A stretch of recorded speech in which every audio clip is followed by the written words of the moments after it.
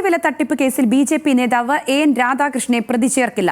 N രാധാകൃഷ്ണനെ crime branch Kochi unit ചോദ്യം ചെയ്തെങ്കിലും കൂടുതൽ തെളിവുകൾ കിട്ടാത്ത സാഹചര്യത്തിലാണ് നടപടി. കേസിൽ 2 മാസത്തിനകം ക്രൈംബ്രാഞ്ച് കുറ്റപത്രം സമർപ്പിക്കും. എൻ രാധാകൃഷ്ണന്റെ ഉടമസ്ഥതയിലുള്ള സയൻസ് സൊസൈറ്റി പ്രതി അനന്തുകൃഷ്ണന് 45 കോടി രൂപ നൽകിയെന്ന് ക്രൈംബ്രാഞ്ച് കണ്ടെത്തിയിരുന്നു. ഇതിന്റെ അടിസ്ഥാനത്തിലാണ് 1 മാസം മുൻപ് എൻ രാധാകൃഷ്ണനെ ചോദ്യം ചെയ്തത്. എന്നാൽ തട്ടിപ്പാണെന്ന് അറിയാതെയാണ് പണം നൽകിയതെന്നും സാമൂഹിക സേവനമായിരുന്നു ലക്ഷ്യമെന്നുമാണ് എൻ രാധാകൃഷ്ണന്റെ മൊഴി.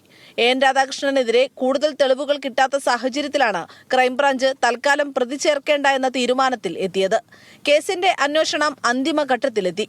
കേരളത്തിലാകെ 1256 കേസുകളാണ് പാതിവില തട്ടിപ്പുമായി ബന്ധപ്പെട്ട് രജിസ്റ്റർ ചെയ്തത്. 1-ാം പ്രതി അനന്തുകൃഷ്ണന്റെ അക്കൗണ്ടിലെത്തിയത് 490 കോടി രൂപയാണ്. 485 കോടി രൂപയുടെ ഇടപാടുകൾ നടത്തി.